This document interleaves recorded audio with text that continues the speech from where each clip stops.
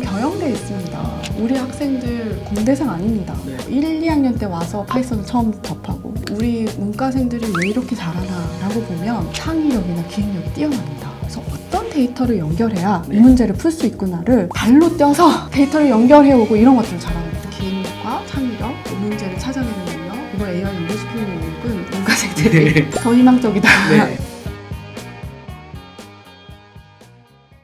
방금 말씀해주신 것 중에서 몇 개 생각이 들었던 게 있는데, 일단 세심해야 되겠구나. 고객의 맥락을 알기 위해서는 데이터도 봐야 되고 진짜 경험적인 것도 있어야 되고. 맞아요. 왜 봐야 되냐면 고객이 다 틀려요. 네. 사실 고객이 다 비슷하면 기존엔 그냥 질적인 방법론이나 설문조사나 이걸로 대중성을 파악해서 그거 공략하는 걸 내면 되는데, 생각보다 우리 고객은 다 다릅니다. 다른 페르소나를 가지고 있고, 심지어 하나의 고객에도 다른 페르소나가 보이기도 합니다. 다중에. 그러니까 한 명이 다중인격을 갖고 있는 듯한 느낌인 거죠. 며느리의 역할을 하고 맞아, 있는지, 교수의 역할을 하고 있는지, 엄마의 역할을 하고 있는지, 그가 머무는 공간이 학교인지 집인지 외부인지 이런 거에 따라서 맥락이 다 다르기 때문에 같은 TV를 가지고도 서로 다른 경험을 맥락적 기반으로 right 타이밍에 네. right 메시지를 하려면 네. 데이터가 필요합니다. 이 사람이 어떤 맥락이 있는지 그거에 맞는 경험을 주기 위해서 데이터를 다시 센싱하는 노력들을 하고 있습니다. 저 같은 경우도 TV를 볼 때 아이랑 같이 TV를 보는 순간이랑 애랑 딱 보는 건 아니지만 밥 먹다가 틀어놨을 때랑 틀어야 되는 채널도 다 다르고 봐야 되는 게 다르잖아요. 홍 기자님이 이제 있으면 또 다른 경험을 주겠죠. 미국 주식을 하는 홍 기자님이 앞에 나타났으면 그쵸. 주식을 브리핑해주고 네. 주식에 대한 옵션을 주고 맥락적 경험들이 좀 더 다르겠죠. 그거에 집중하지 않으면 이제 사람들이 TV를 살 이유를 잘 모릅니다. 왜 TV를 사야 되지? 이런 생각들을 하기 때문에 어떤 경험을 줘야 이 사람들이 이 디스플레이를 그 경험에 끌려서 사게 되지. 근데 더 중요한 사실은 뭐냐면요. 그걸 한번 경험하면 다른 TV를 못 삽니다. 왜 그럴까요? 이 정답은 데이터가 종속되어 있기 때문에 뭐 이런 건가요? 그렇습니다. 나를 제일 잘 알고 있기 때문에 그동안 내가 뭘 받고 네. 내가 어떤 성향이 살고 내가 네. 토요일 아침에는 주식을 안 하기 때문에 뭘 볼지를 알기 때문에 나한테 더 맞춰져 있거든요. 그걸 다시 쌓으려면 또 한 몇 달을 계속 학습을 시켜야 됩니다. 그래서 우리 고객을 우리 제품에 락인시키기 위해서도 데이터에 기반한 네. 고객 경험은 매우 중요합니다. 일단은 락인 시키면은, 예를 들어 안드로이드에서 아이폰으로는 잘 못 넘어가거든요. 저도 제가 네. 산 그 앱들 때문에 거기에서 쌓여있는 제 건강 데이터 맞아요. 때문에 안드로이드로 쉽게 옮겨지지가 않더라고요. 그래서 계속 애플 생태계에 종속이 되어가는 것 같습니다. 애플 처음에는 아이폰만 샀었는데 그 다음번에 태블릿 살 때도 뭐 살까 하다 보면은 연결돼 있으니까 또 아이패드 사야 되고, 네. 연결돼 있으니까 맥북 사야 되고, 그 생태계 내에서 계속 소비를 할 수밖에 없게 만들잖아요. 맞습니다. 저희 G6 그 강의에서도 나오는데 이제 경험으로 줄 수 있는 가치가 여러 가지가 있어요. 어떤 사람은 기능적 가치 때문에 사지만 어떤 사람은 품질 때문에 사고, 어떤 사람은 경제적 이익이나 프리미엄 가치 때문에 사지만 또 뭐 때문에 살까요? 그 경험과 의미 때문에 이제 사는 건데, 소비의 동의 이론에도 보면 연결을 위해서는 사람들이 돈 더 씁니다. 연결과 그 다음에 행복인데, 행복을 위해서는 지릅니다. 이제 저도 생필품을 살 때에는 네. 1,000원 화장지가 비싼 건 되게 민감한데 행복을 위해서는 10만 원이 별로 그렇게 아깝지 않습니다. 그러니까 여행 가서 사실 돈 쓸 때는 거의 가격표 안 보고 그냥 하잖아요. 근데 이제 한국에서 평소에 생활할 때는 뭐가 더 싸냐 계속 검색해갖고 맞습니다. 사고. 근데 그 연결의 경험도 중요한데요. 제가 얼마 전에 애플 패드 있잖아요. 네. 거기에 연결되는 매직 키보드가 있어요. 아. 그게 50만 원이 넘더라고요. 특히 비싸죠. 원래 블루투스 키보드가 한 10만 원대면 네. 살 수 있는데 엄청 고민했습니다. 그게 근데 블루투스로 되긴 되잖아요. 그리고 에어팟도 마찬가지고 네. 고민하다가 그걸 살 수밖에 없는 애플 사용자를 보면 네. 자기가 가지고 있는 애플 폰이나 맥이나 다른 제품들에 네. 연결된 가치까지 함께 그 가치를 높여주기 때문에 그 가격이 아깝지 않게 지르는 네. 경향이 있는 것 같아서, 그래서 핵심은 연결의 가치를 생각을 해야 된다는 겁니다. 아까 제가 계속 TV랑 카메라만 말했지만 네. 그 TV와 냉장고를 연결하고, 그 TV와 정수기를 연결하고, 그 TV와 이제 다른 생태계 간의 연결들까지 우리가 계속 고민한다면 연결의 가치가 고객들한테 굉장히 큰 경험으로 오기 때문에 가성비를 보는 게 아니라 가심비를 보겠죠.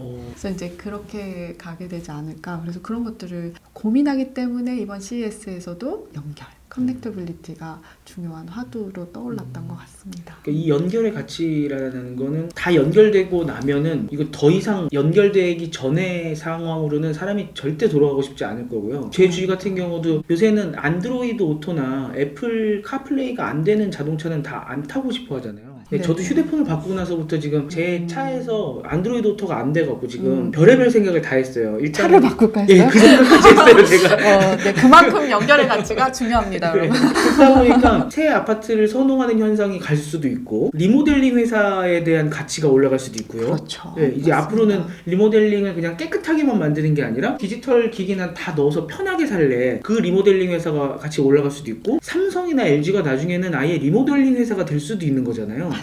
우리 거 쫙 연결해서 해줄게. 정말 우리 홍 기자님 너무 훌륭하십니다. 실제로 네.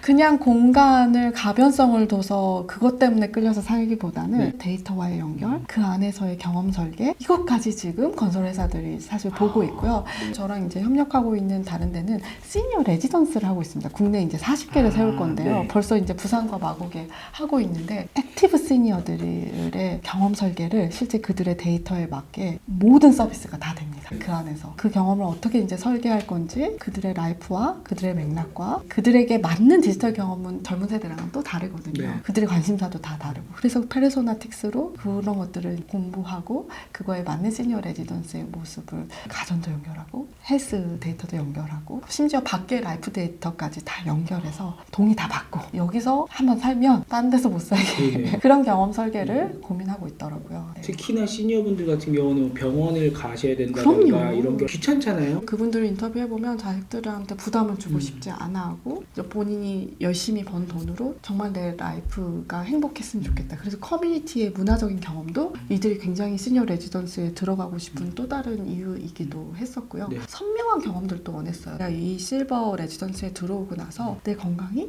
진짜 얼마만큼 좋아지고 있는지 또 선명하게 볼 수 있게끔 이제 그런 것들도 있었고요.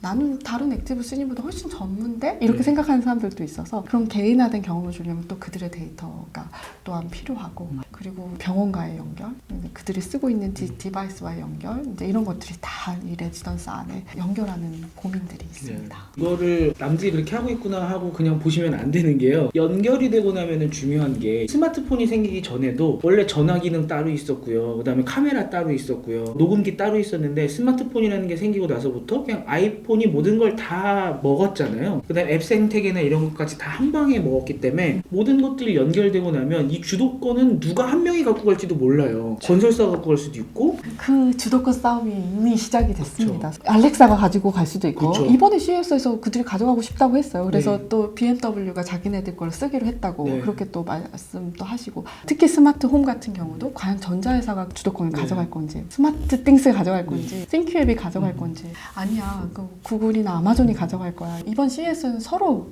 주도권을 가져갈 거라고 발표를 한 것 같습니다. 그리고 그 주도권은 지금 집만이 아니라 자동차랑 연결이 되는 거고 맞습니다. 자동차와 집을 갖고 가게 되면 당연히 회사에서도 그걸 쓸 수밖에 없겠죠. 그렇죠. 삼성 같은 경우도 워크 네. 스페이스까지 다 연결하겠다 발표하기도 했고 네. 다른 기업들도 다 그렇게 발표를 했던 것 같습니다. 이제 한 명이 다 갖고 가겠지만 주도권을 갖고 가는 그 단계에 있어서는 세심한 맥락, 고객 경험이 중요한 거잖아요. 그렇죠. 그쪽을 잘 파고들고 페인 포인트를 잘 아는 회사의 제품들을 소비자가 선택을 할 테니까 그 선택이 많이 된 제품을 갖고 있는 곳, 플랫폼을 잘 만들고 그 제품도 많이 있는 그런 곳이 결국은 나중에 다 먹지 않겠습니까? 그렇죠. 결국에는 사용자죠. 액티브한 사용자를 누가 많이 가져가느냐. 경험에 끌려서 사람들이 다 스마트 띵스에 들어갈 수도 있고 네. 아니면 싱큐앱에 다 들어갈 수도 있겠죠. 그럴 여지가 생겨버린 건 뭐냐면 과거에는 삼성 제품만 있는 사람이 스마트 띵스를 깔았는데 지금은 아닙니다. 그렇죠. 화웨이나 다른 제품들을 연결하는 데도 네. 스마트 띵스를 사용할 수 있기 때문에 주도권이 전에는 제조사가 가져가겠어? 라고 생각을 했거든요. 절대 그렇지 못할 거라 네. 생각했는데 그럴 가능성을 계속 열려고 엄청나게 노력을 하고 그래서 표준도 만들고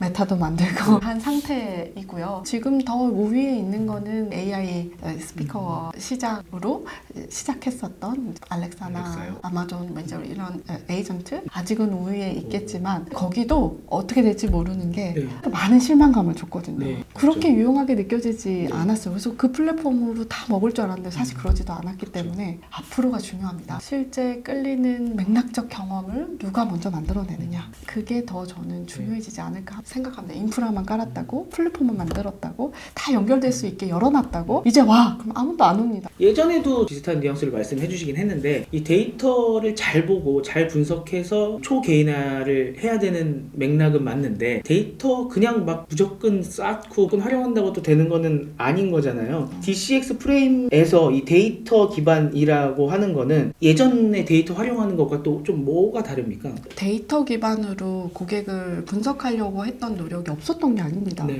많이 했었죠. 문제는 뭐냐면 우리가 쌓아놓은 고객 데이터가 굉장히 가치 있을 거라고 생각하고 열심히 분석하다 네. 보면 뭔가 나올 거라고 생각했는데 생각보다 뭐가 안 나오는 거예요. 네. 그리고 회원 가입할 때 나이 물어보고 네네네. 주소 물어보고 천편일률적인 별로 도움이 안 되는 것들을 물어보잖아요. 그게 과거에는 도움이 됐습니다. 왜냐하면 사람들이 사는 곳과 지역에 따라서 되게 비슷한 니즈와 맥락이 있었기 때문에 그렇죠. 그거를 가지고 세그멘팅해서 타겟팅하고 커뮤니케이션 했으면 됐거든요. 근데 그렇죠. 지금 이제 그런 시대가 아니라는 거죠. 예전 같은 경우는 저희 학교에서는 다 같이 잔스포츠 가방을 맸었고 어느 세대에서는 뭐 루이비통 가방이 다 같이 유행했었고 근데 요새는 그런 유행도 잘 없잖아요. 네, 실제로 디지털 세대들을 페르소나틱스를 해보면 너무 다 다릅니다. 그들 안에 다양한 니즈와 페인과 맥락이 있기 때문에 저는 DCX에서 강조하는 건 빅데이터를 보는 데 있어서 우리가 생각지 못했던 고객군을 찾고 생각지 못했던 고객의 맥락을 찾는데 빅데이터를 이제 활용하는 방법들을 이야기합니다. 과거에는 이제 빅데이터 하시는 분들이 자꾸 볼륨만 봤어요.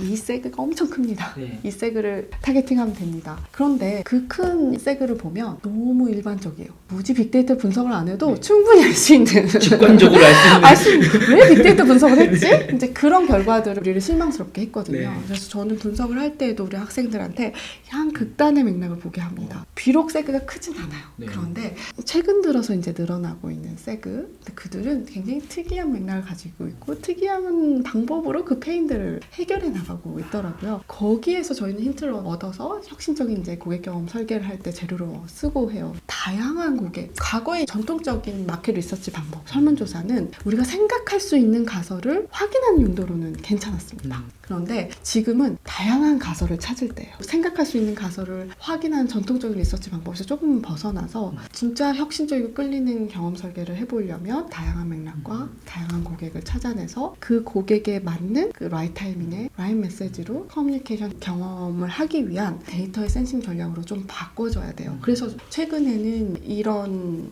시도를 하는 기업들은 굉장히 특이한 질문들을 합니다. 네. 과거에는 냉장고를 사러 오면 어떤 냉장고 사러 오셨어요? 이중문을 사러 오셨나요? 가격대는 어떤가요? 제품 중심적인 질문들을 했었는데 그렇죠. 영업사원이 이제는 다른 질문을 합니다. 집에서 몇 끼나 드세요? 채식을 주로 하시나요? 네. 육식을 주로 하시나요? 아이가 있나요? 그거에 맞는 맥락적 경험을 주는 냉장고. 사고방식이 고객 중심적으로 바뀌는 노력 또한 저는 1차적으로 좋은 질문을 고객한테 해서 피드백을 봐서 그걸 인풋한 게 네. 좋은 데이터의 센싱 전략으로 생각이 들고요. 클라우드에 쌓이고 있는 그 IoT 센서 데이터 그걸로도 사실 뭘 할지 고민하지 않고 데이터 엔지니어가 그냥 데이터 엔지니어 관점으로 이 버튼을 많이 누르네, 사용 시간은 어떻게 되는지 이런 것밖에 센싱을 못하고 있었는데 그 센싱의 전략도 바꾸고 있습니다. 왜냐하면 지난 2018년부터 4, 5년 동안 열심히 모았는데 그걸로 고객 경험 혁신을 할 수 없었거든요. 네. 주고 싶은 고객 경험에 대한 목적이 없이 그냥 무작정 쌓았기 때문에 아무리 파도 언젠가는 엄청 대단한 데이터 분석가가 나타나서 이거를 한눈에 쫙 보고 뭔가 혁신적인 인사이트로 이어질 것 같지만 그런 기적은 일어나지 않습니다. 네, 아직은 안 일어난 거죠? 아니요. 앞으로도 일어날 수가 없기 때문에 클라우드 비용이 저는 아깝다라고 이야기를 드렸고 지금이라도 센싱의 전략을 바꿔서 이 제품에서 어떤 경험을 줄 것인지 빨리 목적 설정을 하고 그거에 맞는 데이터 수집을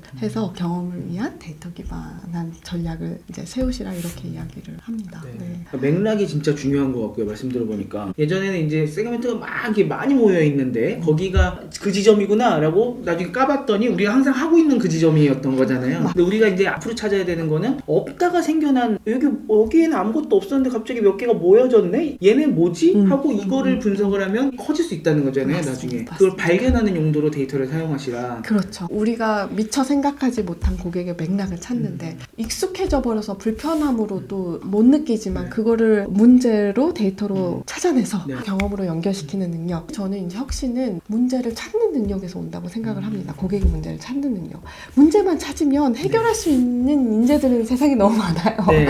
방법도 너무 많아요. 근데 생각보다 문제가 별로 없거든요. 그래서 문제를 잘 찾아내는 능력에 있어서 데이터가 분명히 도움이 된다. 조금만 더 여쭤보면은 DCX 프레임워크에 대해서 말씀해 주시고 있으니까 구조를 보면은 고객을 이해하고 고객의 맥락을 찾고 여기까지 말씀해 주신 것 같고 입체적인 고객 경험을 이제 설계를 한 다음에 지속 가능한 프로세스 창출하기 과정이라고 이렇게 배웠는데요. 이게 기본적으로 어떤 건지 짧게 소개해 줄 수 있을까요? 제가 지금까지 말씀드린 건 이제 생각지 못했던 고객과 생각지 못했던 맥락을 찾는 데 있어서 데이터가 유용하다. 여기까지 말씀드렸는데요. 데이터와 인공지능의 역할은 딱 여기까지예요. 이 재료를 가지고 경험으로 만들어낸 건 누가 하죠? 사람이 하는 거죠. 근데 제가 지금까지 프로젝트를 해보면 이 데이터만 하고 넘겨줬는데 생각보다 끌리는 경험 설계를 못하면 앞에서 했던 많은 그 생고생이 너무 아무것도 아니게 되는 거예요. 그러면 입체적으로 디지털 세계의 경험 설계를 어떻게 해낼 수 있을까 이 고민을 했었고 통합 이론에서 그 힌트를 좀 찾아서 우리 고객의 정신적인 세계, 그 다음에 외면의 물리적인 선명한 경험을 어떻게 주고 내면의 문화적인 경험을 어떻게 주고 외면의 시스템적인 세계에 연결된 경험을 어떻게 줘야 되는지 연구 결과와 프로젝트 사례 이런 것들을 설명하고 있는 게 입체적인 고객 경험 설계 그 단계고요. 마지막으로 이런 입체적인 고객 경험 설계를 했다고 해서 한 번으로 끝나지 않습니다. 우리 고객은 계속 변화하거든요. 그래서 이 경험에 대해서 우리 고객은 어떻게 느끼는지 다시 수집해야 되고 그 수집된 결과를 가지고 어떻게 경험 개선을 지속적으로 해나갈 수 있는지 때로는 A/B 테스트로 실험 설계를 해야 될 수도 있고 지속 가능한 경험 설계는 데이터의 수집과 경험 개선의 비즈니스 조직의 프로세스를 가지고 가는 것도 중요하지만 더 큰 문제로 저한테 다가온 건 조직이 좀 변화되어야 됩니다. 이렇게 일할 수 있는 환경이 우리나라가 특히 대기업이 아니더라고요. 애자일하게 일하는 조직도 아니고 문제를 막 찾아서 문제 제기를 하는 조직 문화가 칭찬받는 그러한 문화도 아니고 이런 문화를 사실 바꾸는 일들이 함께 수반되어야지 진짜 고객 중심적인 혁신이 일어날 수 있겠구나. 이제 이런 이야기를 마지막에 좀 했습니다. 그 조직이라고 하면은 많이 만나보셨을 테니까 그 잘하는 조직 이런 데가 있나요? 데이터 기반으로 의사결정을 하고 고객 경험 혁신을 해내는 데는 대기업이 아니라 특히 스타트업들이 잘합니다. 제가 물어봤어요. 아니 여기는 데이터 인력도 이렇게 많이 없는데 대기업도 잘 못 해내는 거 어떻게 이렇게 온라인 기업들이 더 잘하죠? 라고 이야기했더니 리더분들이 그렇게 이야기하시더라고요. 교수님 저희는 경험과 직관이 풍부한 리더가 별로 없고 본인도 리더지만 자기가 내린 결정이 되게 무섭대요. 그래서 철저하게 더 데이터 기반으로 계속 점검하고 실험하고 쿠팡 같은 경우도 지금 막 너무 큰 기업이 됐지만 데이터로 실험을 엄청 많이 했습니다. 옛날에 제가 만났을 때 상반기에만 저희가 3,000번의 실험을 했어요 라고 말씀하시더라고요. 결제 버튼을 왼쪽에 둬야 될지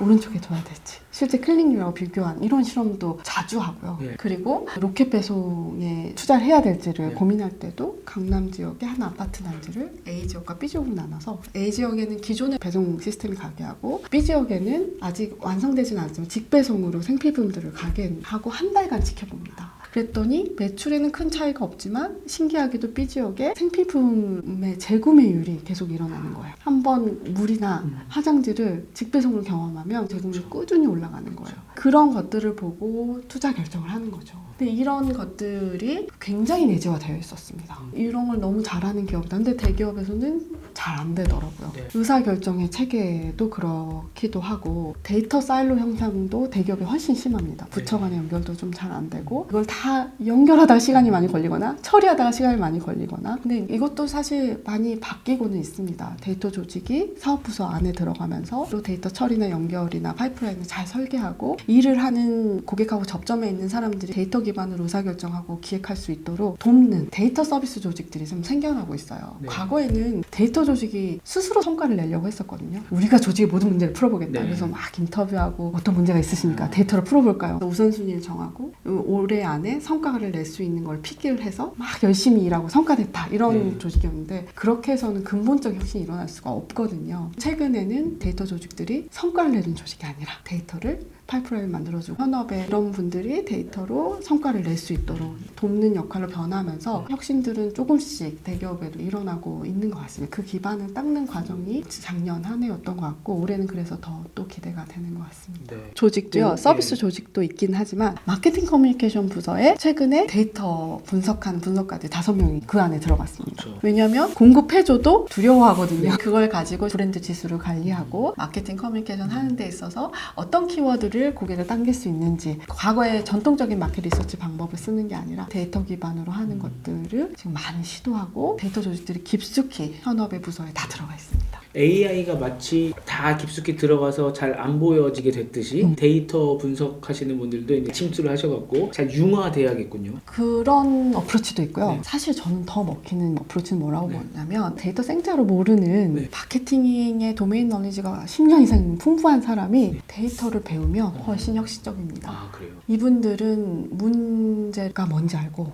어떤 거를 챗GPT랑 연결해야 고객 데이터를 어디서 수집을 해서 기획을 해야 이 문제를 풀 수 있는지가 더 잘 보입니다. 그러니까 데이터 분석가들이나 개발자는 주어진 환경에서 알고리즘을 어떻게 정확도를 높이고 클러스터를 어떻게 하면 더 잘하고 이런 거는 잘 고민할 수 있지만 네. 뭐 정확도는 별로 중요하지 네. 않아요. 더 중요한 거는 이 AI를 얼마나 가치 있게 이 데이터를 얼마나 가치 있게 현장의 문제랑 연결하는 거는 현업에 있는 부서 분들이 더 잘합니다. 저는 이게 된다고 확신하는 이유는 저는 경영대에 있습니다. 우리 학생들 공대생 아닙니다. 네. 1, 2학년 때 와서 파이썬을 처음 접하고 네. 분석하고 한 학기 내에 고객 수요 예측 뭐 이런 거 다 합니다. 네. 우리 문과생들이 왜 이렇게 잘하나라고 보면 창의력이나 기획력이 뛰어납니다. 그래서 어떤 데이터를 연결해야 네. 이 문제를 풀 수 있구나를 발로 뛰어서 데이터를 연결해오고 이런 것들을 잘합니다. 근데 공대생들은 주어진 데이터에서 네. 성과를 내는 거는 잘하지만 기획력과 창의력, 문제를 찾아내는 능력, 이걸 AI와 연결시키는 능력은 저는 많은 책을 읽은 문과생들이 네. 더 희망적이다. 네. 그래서 현업에 계시는 직장인 분들도 절대 데이터가 예전처럼 어렵지 않습니다. 뭐 챗GPT를 사용해서도 코딩을 할 수 있다니까요. 아. 그리고 파이썬도 실제 가르쳐보면 네. 잘합니다. 생짜로 다 할 필요가 없이 잘 만들어 놓은 거 가져다가 아. 우리에 맞게 데이터를 네. 입히고 수정해서 쓰는 능력은 두려워하지 마세요. 할 수 있습니다.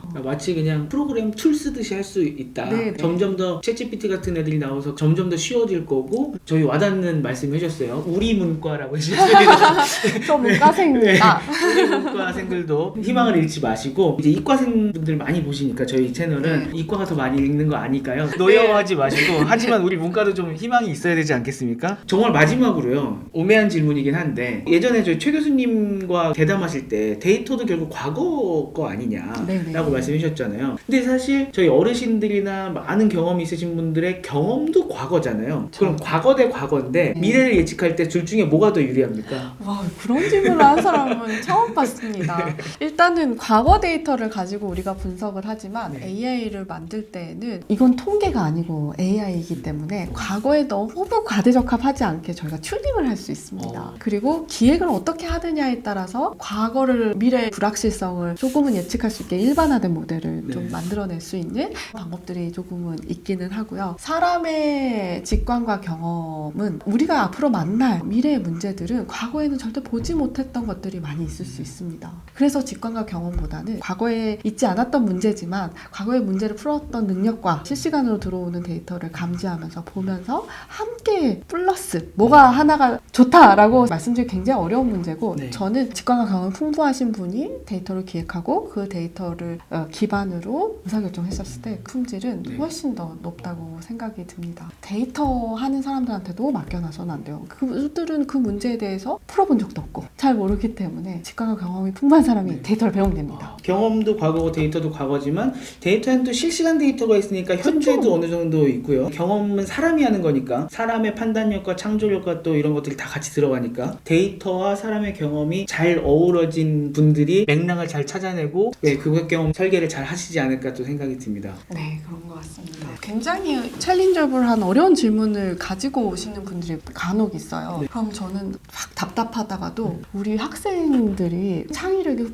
풍부한 애들이 있거든요. 네. 때로는 엉뚱해요. 야, 어떻게 너는 정말 AI를 그렇게 창의적으로 만들려고 생각해? 라고 생각할 정도의 네. 엉뚱한 애들이 있어요. 네. 그런 친구들이 진짜 어려운 문제는 더 잘 푸는 것 같아요. 전혀 생각지 못한 방법으로 시선 추적하는 데이터로 사람의 어텐션과 AI의 어텐션을 비교해서 AI의 편향을 없애는 이런 것들을 오늘 네. 이야기하고 왔는데 네. 야, 이런 거는 정말 공대생이 생각을 못할 뭐, 거야. 역시 앞으로의 미래 인재는 창의력이 중요하다. 이것도 연결이네요. 원래 문과는 문과, 이과는 이과였는데 이 AI 때문에 문과생들이 이과 기술이랑 연결이 되고 이과생들이 또 문과의 감성과 연결이 되니까 또 이거는 누가 어느 한쪽에서 또 다 먹어버릴지도 모르는 거잖아요. 그래서 또 저희 경쟁이네요. 경영대 비즈니스 인포메틱스 학과가 있습니다. 제가 네. 학과장이라 깨알 홍보를 해도 될까요? 저희는 한 70%를 인공지능을 배웁니다. 인공지능 기술을 배우고요. 네. 나머지 30%는 이 AI를 비즈니스의 어떤 경영의 문제와 연결시킬 건지를 이제 배우는 곳이라 네. 저희 대학원은 문과생이 들어오는데 열심히 빡세게 AI를 배워야 되고 네. 경영 전략이나 마케팅 전략이나 리스크 관리 예측이나 재무 예측이나 이런 것과 연결시키는 능력들 그런 인재들이 필요합니다. 왜냐하면 현업의 데이터를 만지는 사람이 있어야 되거든요. 네. 그런 인재들을 키우는 곳이 저희 비즈니스 인포메틱스 학과입니다.